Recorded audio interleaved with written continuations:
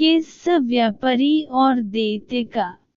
शहरजद ने कहा, प्राचीन काल में एक अत्यंत धनी व्यापारी बहुत सी वस्तुओं का कारोबार किया करता था। यद्यपि प्रत्येक स्थान पर उसकी कोठियां, गुमाश्ते और नौकर चाकर रहते थे, तथापि वह स्वयं भी व्यापार के लिए देश विदेश की यात्रा किया करता था। एक बार उसे किसी विशेष कार्य के लिए अन्य स्थान पर जाना पड़ा। वह अकेले घोड़े पर बैठकर चल दिया। गंतव्य स्थान पर खाने पीने को कुछ नहीं मिलता था, इसलिए उसने एक खुर्जी में कुलचे और खजूर भर लिए। काम पूरा होने पर वह वापस लौटा। चौथे दिन सवेरे अपने मार्ग से कुछ दूर सघन वृक्षों के समीप एक निर्मल तड़ाग देखकर उसकी विश्राम करने की इच्छा हुई। वह घोड़े से उतरा और तालाब के किनारे बैठकर कुलचे और खजूर खाने लगा।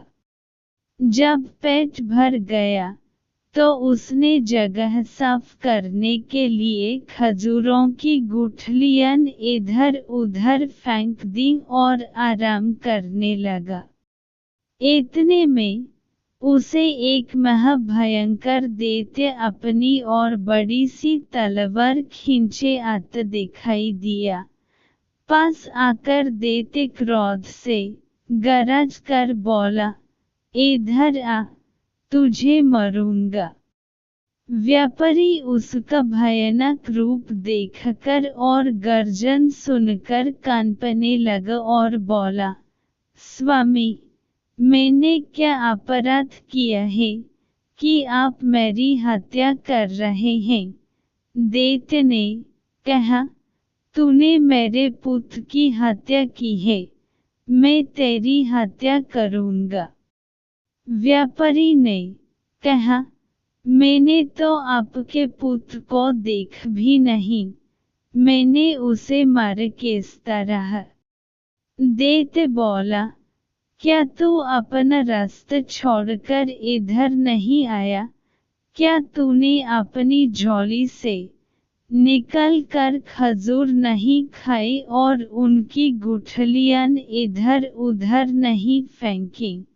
व्यापारी ने कहा, आपकी बातें ठीक हैं, मैंने ऐसा ही किया है।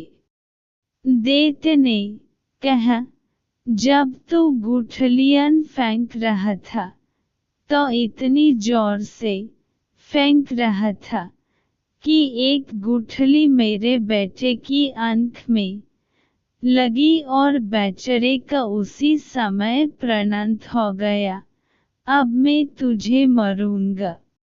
व्यापारी बोला, स्वामी, मैंने आपके पुत्र को जानबूझकर तो मारा नहीं है, फिर मुझसे जो भूल हो गई है उसके लिए मैं आपके पैरों पर गिरकर क्षमा मांगता हूँ। दैत्य ने कहा, मैं न दया करना जानता हूँ न क्षमा करना। और क्या खुद तुम्हारी शरीयत में नरवध के बदले नरवध की आज्ञा नहीं दी गई है? मैं तुझे मरे बगैर नहीं रहूंगा। यह कहकर दैत्य ने व्यापारी की बांह पकड़कर उसे पृथ्वी पर गिरा दिया और उसे मारने के लिए तलवार उठाई। व्यापारी अपने स्त्री पुत्रों की याद कर करके विलाप करने लगा, साथ ही ईश्वर और पवित्र आत्माओं की सौगंध दिल दिल कर दैत्य से अपने प्राणों की भिक्षा मांगने लगा। दैत्य ने यह सोचकर हाथ रोक लिया कि जब यह थक कर हाथ पांव पटकना बंद कर देगा तो इसे मारूंगा, लेकिन व्यापारी ने रौन पीटना बंद ही नहीं किया। अंत में दैत्य ने उससे कहा, तू बेकार ही अपने को और मुझे तंग कर रहा है। तू अगर आंसू की जगह आंखों से खून बहाए तो भी मैं तुझे मार डालूंगा। व्यापारी ने कहा, कितने दुख की बात है कि आपको किसी भांति मुझ पर दया नहीं आती। आप एक दिन निष्पाप मनुष्य को अन्यायपूर्वक मारे डाल रहे हैं और मेरे रोने गिड़गिड़ने का आप पर कोई प्रभाव नहीं होता। मुझे तो अब भी विश्वास नहीं होता कि आप मुझे मार डालेंगे। दैत्य ने कहा, नहीं, निश्चय ही मैं तुम्हें मार डालूंगा। इतने में सवेरा हो गया। शहरजाद इतनी कहनी कहकर चुप हो गई। उसने सोचा, बादशाह के नमाज पढ़ने का समय हो गया है और उसके बाद वह दरबार को जाएगा। दुनियाजाद ने कहा, बहन, यह कितनी अच्छी कहानी थी। शहरजाद बोली, तुम्हें यह कहानी पसंद है? अभी तो कुछ नहीं, आगे तो और भी आश्चर्यप्रद है। तुम सुनोगी तो और भी खुश होगी। अगर बादशाह सलामत ने आज मुझे जीवित रहने दिया और फिर कहानी कहने की अनुमति दी, तो कल रात में तुम्हें शेष कथा सुनाऊंगी, वरना भगवान के पास चली जाऊंगी। शहरयार को भी यह कहानी बेहद पसंद आई थी। उसने विचार किया कि जब तक कहानी पूरी न हो जाए शहरजाद को नहीं मरवाना चाहिए, इसलिए उसने उस दिन उसे प्राणदंड देने का इरादा छोड़ दिया। पलंग से उठकर वह नमाज पढ़ने गया और फिर दरबार में जा बैठा। शौकतर मंत्री भी उपस्थित था। वह अपनी बेटी का भाग्य सोचकर सारी रात न सोया था। वह प्रतीक्षा में था कि शाही हुक्म हो तो मैं अपनी बेटी को ले जाकर जल्लाद के सुपुर्द करूं, किंतु उसे यह देखकर आश्चर्य हुआ कि बादशाह ने यह अत्याचारी आदेश नहीं दिया। शहरयार दिन भर राजकाज में व्यस्त रहा और रात को शहरजाद के साथ सो रहा। एक घड़ी रात रहे दुनियाजाद फिर जगी और उसने बड़ी बहन से कहा कि यदि तुम सोई नहीं तो वह कहानी आगे कहो। शहरयार भी जाग गया और बोला, यह ठीक कहती है, मैं भी व्यापारी और दैत्य की कहानी सुनना चाहता हूँ, तुम कहानी को आगे बढ़ाओ। शहरजाद ने फिर कहना शुरू किया। जब व्यापारी ने देखा कि दैत्य मुझे किसी प्रकार जीवित न छोड़ेगा, तो उसने कहा, स्वामी, यदि आपने मुझे बाध्य समझ ही लिया है और किसी भांति भी मुझे प्राण दान देने को तैयार नहीं है, तो मुझे इतना अवसर तो दीजिए कि मैं घर जाकर अपने स्त्री पुत्रों से विदा ले लूं और अपनी संपत्ति अपने उत्तराधिकारियों में बांट आऊं, ताकि मेरे पीछे उनमें संपत्ति को लेकर लड़ाई झगड़ा न हो। मैं प्रतिज्ञा करता हूँ कि यह सब करने के बाद मैं इसी स्थान पर पहुँच जाऊंगा। उस समय आप जो ठीक समझे वह मेरे साथ करें। दैत्य ने कहा, यदि मैं तुम्हें घर जाने दूं और तुम वापस न आओ फिर क्या होगा? व्यापारी बोला, मैं जो कहता हूँ उससे फिरत नहीं। फिर भी यदि आपको विश्वास न हो तो मैं उस भगवान की, जिसने पृथ्वी आकाश आदि सब कुछ रचे, सौगंध खाकर कहता हूँ कि मैं घर से इस स्थान पर अवश्य वापस आऊंगा। दैत्य ने कहा, तुम्हें कितना समय चाहिए? व्यापारी ने कहा, मुझे केवल 1 वर्ष की मोहलत चाहिए जिसमें मैं अपनी सारी जायदाद का प्रबंध करके आऊं और मरते समय मुझे कोई चिंता न रहे। मैं प्रतिज्ञा करता हूँ कि वर्षोपरांत में इसी स्थान पर आकर स्वयं को आपके सुपुर्द कर दूंगा। दैत्य ने कहा, अच्छा, मैं तुम्हें 1 वर्ष के लिए जाने दूंगा, किंतु तुम यह प्रतिज्ञा ईश्वर को साक्षी देकर करो। व्यापारी ने ईश्वर की सौगंध खाकर प्रतिज्ञा दोहराई और दैत्य व्यापारी को उसी तालाब पर छोड़कर अंतर्ध्यान हो गया। व्यापारी अपने घोड़े पर सवार होकर घर को चल दिया।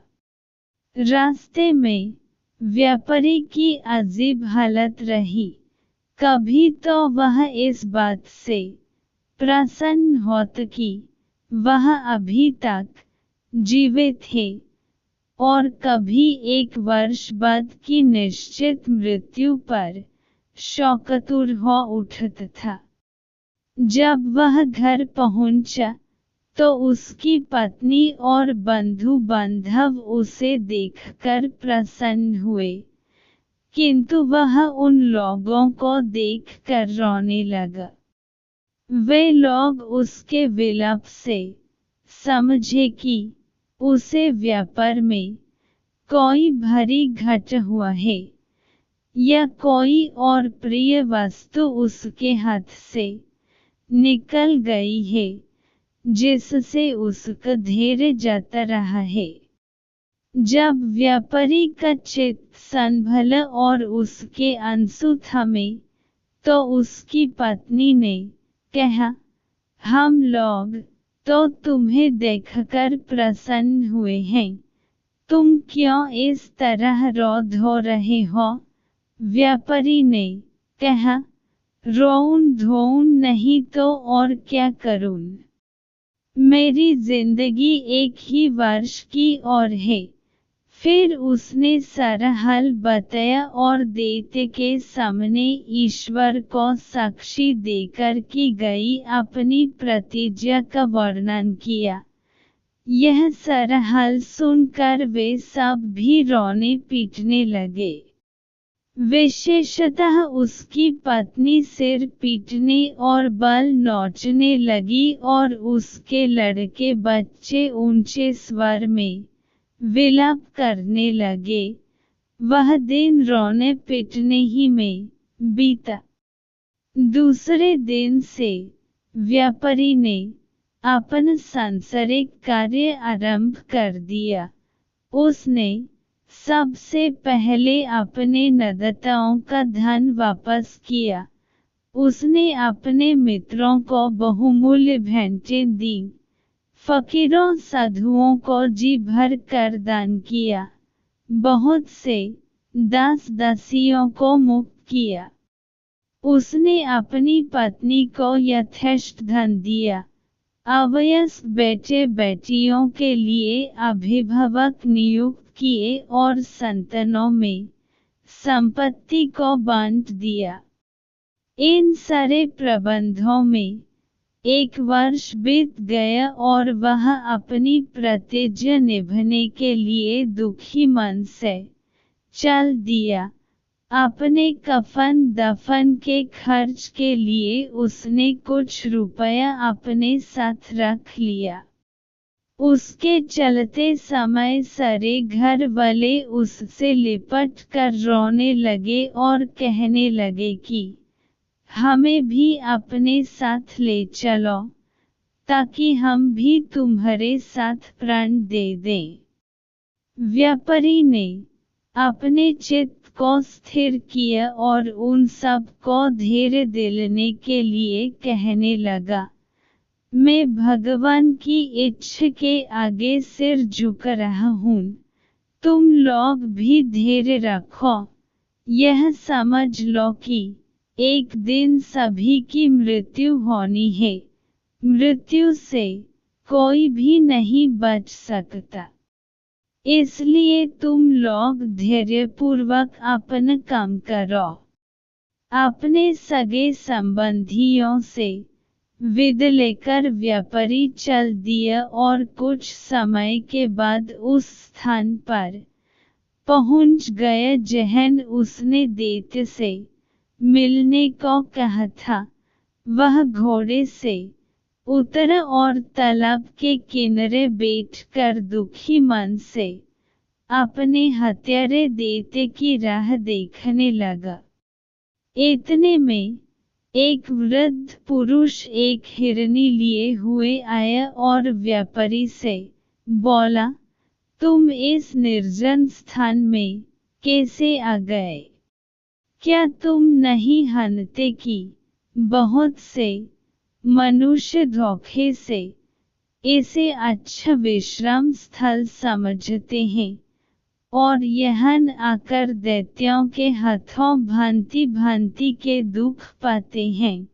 व्यापारी ने कहा, आप ठीक कहते हैं, मैं भी इसी धोखे में पड़कर एक दैत्य का शिकार होने वाला हूँ।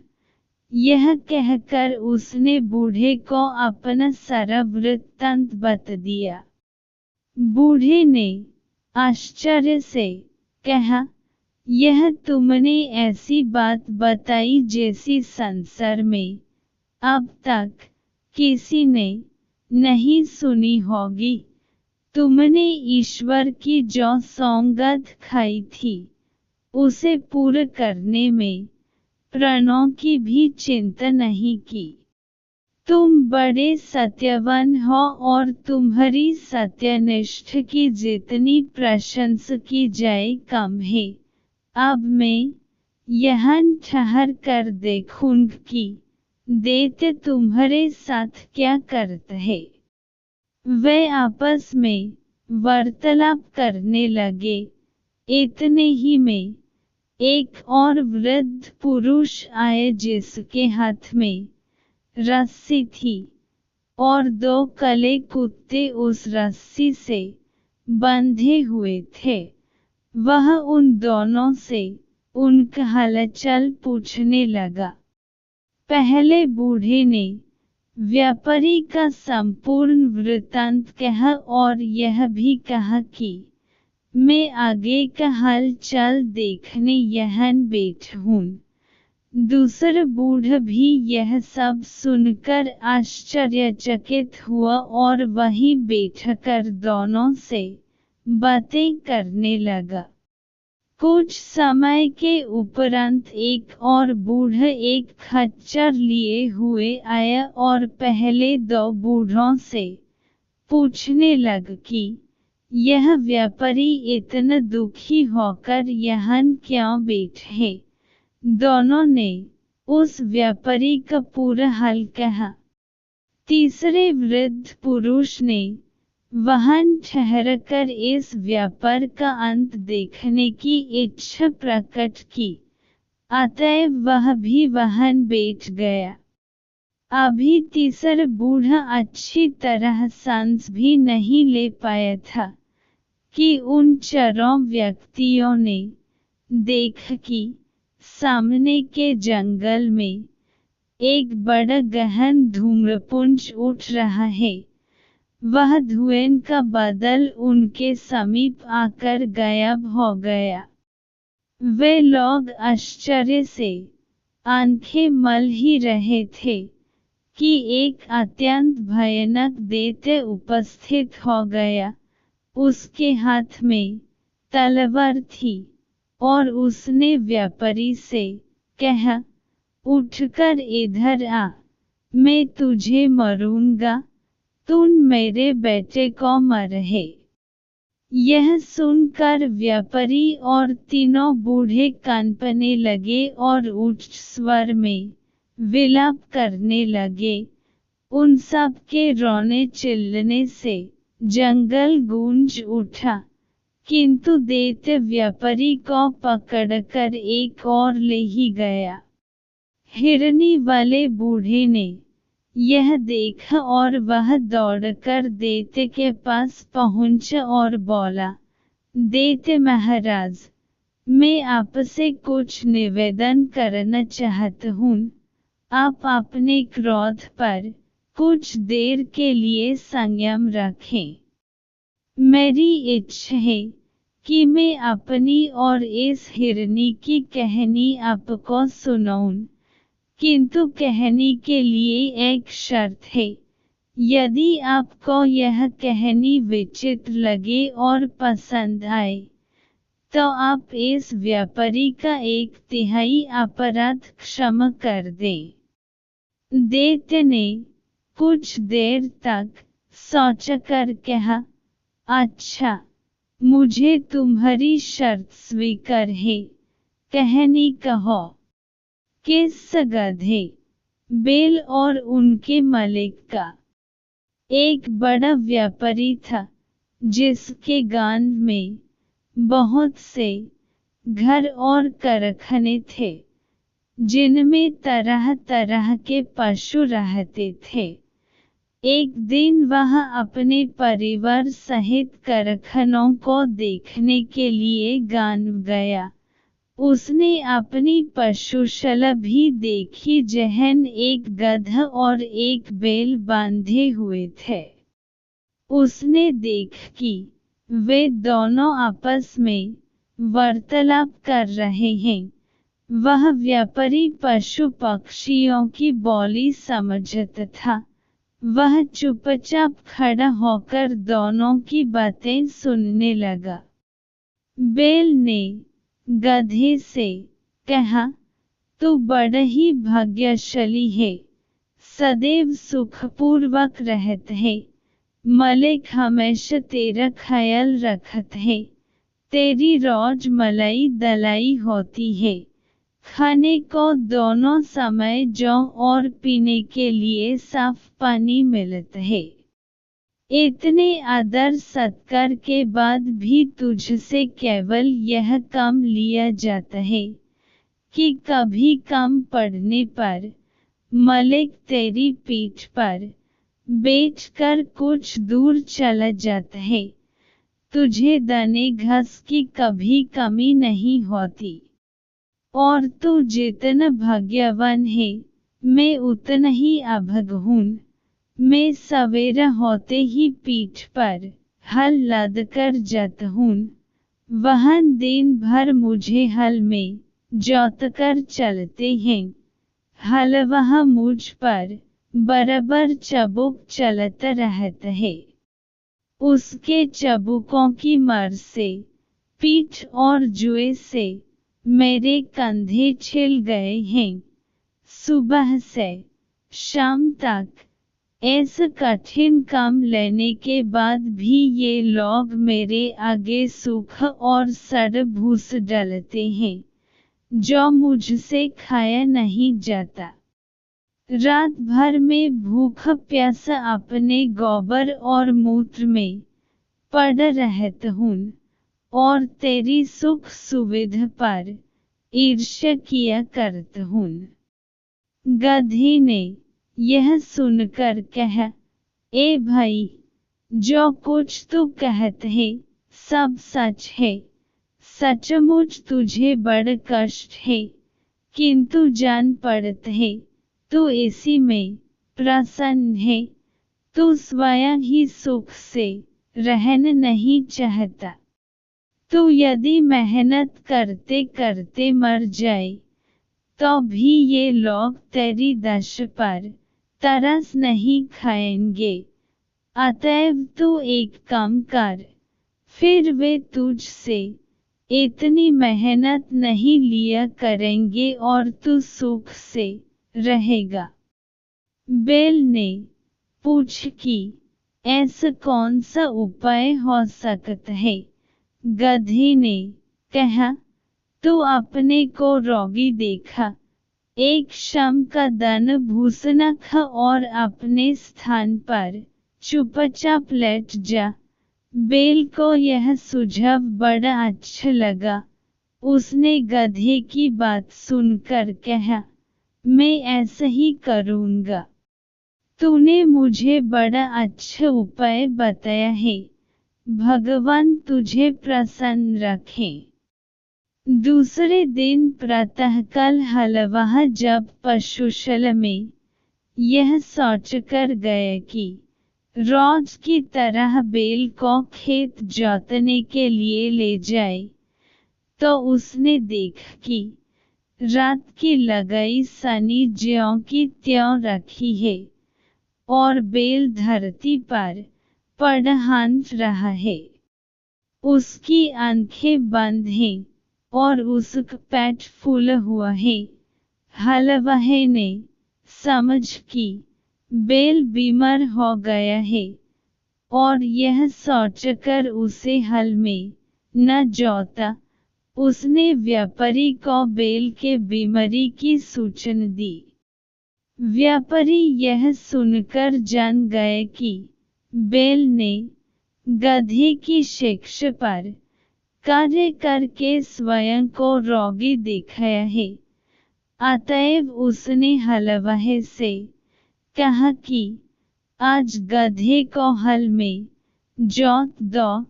इसलिए हलवाह ने गधे को हल में जोत कर उससे सारे दिन काम लिया। गधे को खेत जोतने का अभ्यास नहीं था। वह बहुत थक गया और उसके हाथ पांव ठंडे होने लगे। शारीरिक श्रम के अतिरिक्त सारे दिन उस पर इतनी मार पड़ी थी कि संध्या को घर लौटते समय उसके पांव भी ठीक से नहीं पड़ रहे थे। इधर बैल दिन भर बड़े आराम से रहा। वह नींद की सारी सानी खा गया और गधे को दुआएं देता रहा। जब गधा गिरत पड़त खेत से आए तो बैल ने कहा कि भाई, तुम्हारे उपदेश के कारण मुझे बड़ा सुख मिला। गधा थकान के कारण उत्तर न दे सका और आकर अपने स्थान पर गिर पड़ा। यह मन ही मन अपने को धिक् करने लग कि अभागे, तूने बैल को आराम पहुंचाने के लिए अपनी सुख सुविधा का विनाश कर दिया। मंत्री ने इतनी कथा कर कहा, बेटी, तू इस समय बड़ी सुख सुविधा में रहती है, तू क्यों चाहती है कि गधे के समान स्वयं को कष्ट में डाले। शहरजाद अपने पिता की बात सुनकर बोली, इस कहानी से मैं अपनी जिद नहीं छोड़ती। जब तक आप बादशाह से मेरा विवाह नहीं करेंगे मैं इसी तरह आपके पीछे पड़ी रहूंगी। मंत्री बोला, अगर तू जिद पर अड़ी रही तो मैं तुझे वैसा ही दंड दूंगा जो व्यापारी ने अपनी स्त्री को दिया था। शहरजाद ने पूछा, व्यापारी ने क्यों स्त्री को दंड दिया और गधे और बैल का क्या हुआ? मंत्री ने कहा, दूसरे दिन व्यापारी रात्रि भोजन के पश्चात अपनी पत्नी के साथ पशुशाला में जबेठ और पशुओं की बातें सुनने लगा। गधे ने बैल से पूछा, सुबह हलवा तुम्हारे लिए दाना घास लाएगा, तो तुम क्या करोगे?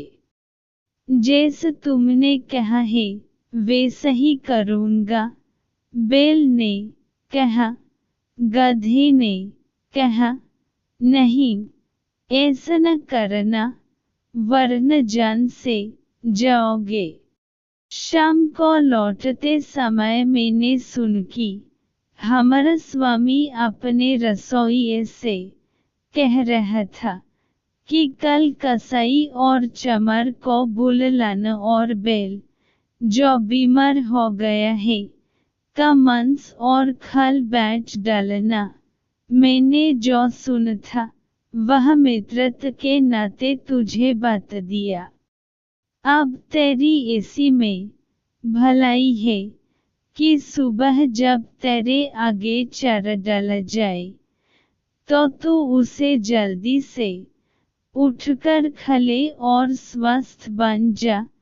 फिर हमारा स्वामी तुझे स्वस्थ देखकर तुझे मारने का इरादा छोड़ देगा। यह बात सुनकर बैल भयभीत होकर बोला, भाई, ईश्वर तुझे सदा सुखी रखे, तेरे कारण मेरे प्राण बच गए। अब मैं वही करूँगा जैसे तूने कहा है।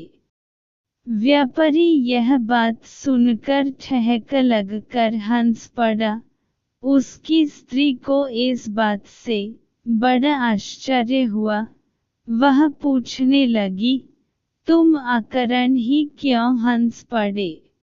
व्यापारी ने कहा कि यह बात बताने की नहीं है, मैं सिर्फ यह कह सकता हूँ कि मैं बैल और गधे की बातें सुनकर हंस हूँ। स्त्री ने कहा, मुझे भी वह विद्या सिखाओ जिससे पशुओं की बोली समझ लेते हैं। व्यापारी ने इससे इनकार कर दिया। स्त्री बोली, आखिर तुम मुझे यह क्यों नहीं सिखाते? व्यापारी बोला, अगर मैंने तुझे यह विद्या सिखाई तो मैं जीवित नहीं रहूँगा। स्त्री ने कहा, तुम मुझे धोखा दे रहे हो। क्या वह आदमी जिसने तुझे यह सिखाया था, सीखने के बाद मर गया?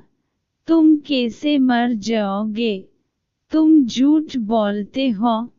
कुछ भी हो, मैं तुमसे यह विद्या सीख कर ही रहूँगी। अगर तुम मुझे नहीं सिखाओगे तो मैं प्राण त्याज दूंगी। यह कहकर वह स्त्री घर में आ गई और अपनी कोठरी का दरवाजा बंद करके रात भर चिल्लाती और गाली गलौज करती रही। व्यापारी रात को तो सो गया, लेकिन दूसरे दिन भी वही हाल देखा तो स्त्री को समझने लग कि तू बेकार जिद करती है, यह विद्या तेरे सीखने योग्य नहीं है। स्त्री ने कहा कि जब तक तुम मुझे यह भेद नहीं बताओगे मैं खाना पीना छोड़े रहूंगी और इसी प्रकार चिल्लाती रहूंगी। व्यापारी ने कहा कि अगर मैं तेरी मूर्खता की बात मान लूं तो मैं अपनी जान से हाथ धो बैठूंगा। स्त्री ने कहा, मेरी बला से तुम जियो या मरो, लेकिन मैं तुमसे यह सीख कर ही रहूंगी कि पशुओं की बोली कैसे समझी जाती है। व्यापारी ने जब देखा कि यह महामूर्ख अपना हाथ छोड़ ही नहीं रही है तो उसने अपने और ससुराल के रिश्तेदारों को बुलाया कि वे उस स्त्री को अनुचित हाथ छोड़ने के लिए समझाएं। उन लोगों ने भी उस मूर्ख को हर प्रकार समझाया, लेकिन वह अपनी जिद से न हटी। उसे इस बात की बिल्कुल चिंता न थी कि उसका पति मर जाएगा। छोटे बच्चे मन की यह दशा देखकर हाहाकार करने लगे। व्यापारी की समझ ही में नहीं आ रहा था कि वह स्त्री को कैसे समझाए कि इस विद्या को सीखने का हठ ठीक नहीं है। वह अजीब दुविधा में था, अगर मैं बताता हूँ तो मेरी जान जाती है, और नहीं बताता तो स्त्री रो रो कर मर जाएगी। ऐसी उधेड़बुन में वह अपने घर के बाहर जा बैठा। उसने देखा कि उसका कुत्ता उसके मुर्गे को मुर्गियों से भौंक करते देखकर गुर्रने लगा। उसने मुर्गे से कहा, तुझे लज्जा नहीं आती कि आज के जैसे दुखदाई दिन भी तू यह काम कर रहा है? मुर्गे ने कहा, आज ऐसी क्या बात हो गई है कि मैं आनंद न करूं? कुत्ता बोला, आज हमारा स्वामी अति चिंताकुल है। उसकी स्त्री की मति मरी गई है, और वह उससे ऐसे भेद को पूछ रही है जिसे बताने से वह तुरंत ही मर जाएगा। नहीं बताएगा तो स्त्री रो रो कर मर जाएगी। इसी से सारे लोग दुखी हैं, और तेरे अतिरिक्त कोई ऐसा नहीं है जो स्त्री संभोग की भी बात भी सोचे।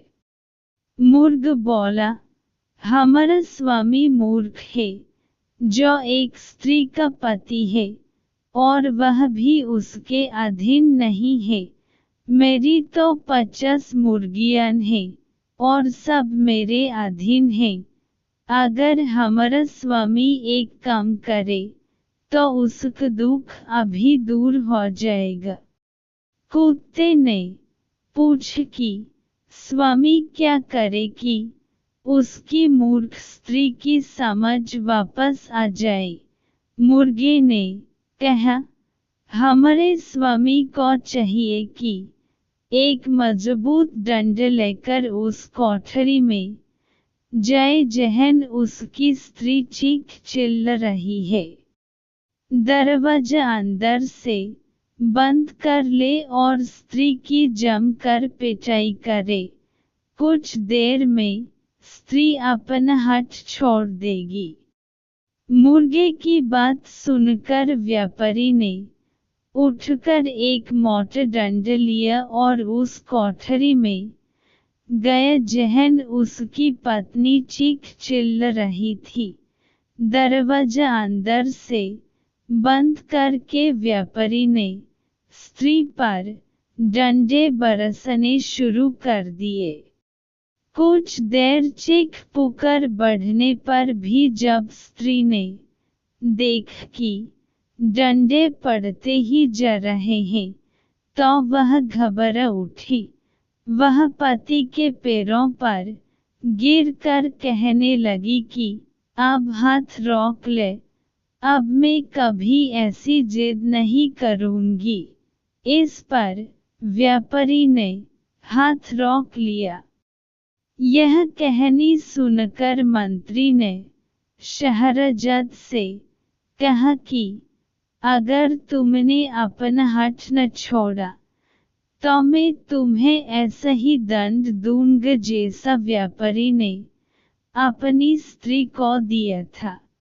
शहरजद ने कहा, आपकी बातें अपनी जगह ठीक हैं, किंतु मैं किसी भी प्रकार अपना मंतव्य बदलना नहीं चाहती।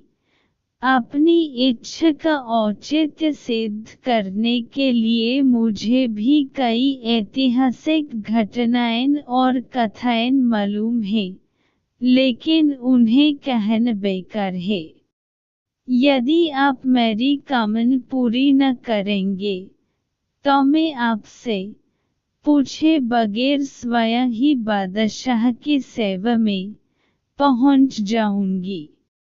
अब मंत्री विवश हो गया। उसे शहरजद की बात माननी पड़ी। वह बादशाह के पास पहुंचा और अत्यंत शोक संतप्त स्वर में निवेदन करने लगा, मेरी पुत्री आपके साथ विवाह सूत्र में बंधन चाहती है। बादशाह को इस बात पर बड़ा आश्चर्य हुआ। उसने कहा, तुम सब कुछ जानते हो, फिर भी तुमने अपनी पुत्री के लिए ऐसा भयानक निर्णय क्यों लिया? मंत्री ने कहा, लड़की ने खुद ही मुझ पर इस बात के लिए जोर दिया है। उसकी खुशी इसी बात में है कि वह एक रात के लिए आपकी दुल्हन बने और सुबह मृत्यु के मुख में चली जाए। बादशाह का आश्चर्य इस बात से और बढ़ा। वह बोला, तुम इस धोखे में न रहने की तुम्हारा ख्याल करके मैं अपनी प्रतिज्ञा छोड़ दूंगा। सवेरा होते ही मैं तुम्हारे ही हाथों तुम्हारी बेटी को सौंपूंगी कि उसका वध करवाओ। यह भी याद रखना कि यदि तुमने संतान प्रेम के कारण उसके वध में विलंब किया तो मैं उसके वध के साथ तेरे वध की भी आज्ञा दूंगा। मंत्री ने निवेदन किया, मैं आपका चरण सेवक हूँ। यह सही है कि वह मेरी बेटी है और उसकी मृत्यु से मुझे बहुत ही दुख होगा, लेकिन मैं आपकी आज्ञा का पालन करूंगा। बादशाह ने मंत्री की बात सुनकर कहा, यह बात है तो इस कार्य में विलंब क्यों किया जाए? तुम आज ही रात को अपनी बेटी को लाकर उसका विवाह मुझसे कर दो। मंत्री बादशाह से विदा लेकर अपने घर आया और शहरजद को सारी बात बताई। शहरजद यह सुनकर बहुत प्रसन्न हुई और अपने शौककुल पिता के प्रति कृतज्ञता प्रकट करके कहने लगी, आप मेरा विवाह करके कोई पश्चाताप न करें। भगवान चाहेगा तो इस मंगल कार्य से आप जीवन पर्यंत हर्षित रहेंगे। फिर शहरजद ने अपनी छोटी बहन दुनियाजद को एकांत में ले जाकर उससे कहा, मैं तुमसे एक बात में सहायता चाहती हूँ। आशा है तुम इससे इनकार न करोगी। मुझे बादशाह से ब्याहने के लिए ले जाएंगे। तुम इस बात से शोक विह्वल न होना, बल्कि मैं जैसा कहूँ वैसा करना। मैं तुम्हें विवाह की रात पास में सुलाऊंगी और बादशाह से कहूंगी कि तुम्हें मेरे पास आने दे, ताकि मैं मरने के पहले तुम्हें धैर्य बांध सकूं। मैं कहने लगूंगी, मुझे विश्वास है कि इस उपाय से मेरी जान बच जाएगी। दुनियाजद ने कहा, तुम जैसा कहती हो वैसा ही करूंगी। शाम को मंत्री शहरजद को लेकर राजमहल में गया। उसने धर्मानुसार पुत्री का विवाह बादशाह के साथ करवाया और पुत्री को महल में छोड़कर घर आ गया। एकांत में बादशाह ने शहरजद से कहा, अपने मुंह का नकाब हटाओ। नकब उठने पर उसके अप्रतिम सौंदर्य से बादशाह स्तंभित सा रह गया, लेकिन उसकी आंखों में आंसू देखकर पूछने लगी, तू रो क्यों रही है? शहरजद बोली, मेरी एक छोटी बहन है जो मुझे बहुत प्यार करती है और मैं भी उसे बहुत प्यार करती हूँ। मैं चाहती हूँ कि आज वह भी यहाँ रहे ताकि सूर्योदय होने पर हम दोनों बहनें अंतिम बार गले मिल लें। यदि आप अनुमति दें तो वह भी पास के कमरे में सो रहे। बादशाह ने कहा, क्या हर्ज है? उसे बुलवा लो और पास के कमरे में। क्यों? इसी कमरे में दूसरी तरफ सुल लो। चुनांचे दुनियाजद को भी महल में बुला लिया गया। शहरयार शहरजद के साथ ऊंचे शाही पलंग पर सोया और दुनियाजद पास ही दूसरे छोटे पलंग पर लेट रही। जब एक घड़ी रात रह गई तो दुनियाजद ने शहरजद को जगाया और बोली, बहन, मैं तो तुम्हारे जीवन की चिंता से रात भर न सो सकी। मेरा चित्त बड़ा व्याकुल है। तुम्हें बहुत नींद न आ रही हो और कोई अच्छी सी कहानी इस समय तुम्हें याद हो तो सुनाओ ताकि मेरा जी बहले। शहरजद ने बादशाह से कहा कि यदि आपकी अनुमति हो तो मैं जीवन के अंतिम क्षणों में अपनी प्रिय बहन की इच्छा पूरी कर लूं। बादशाह ने अनुमति दे दी।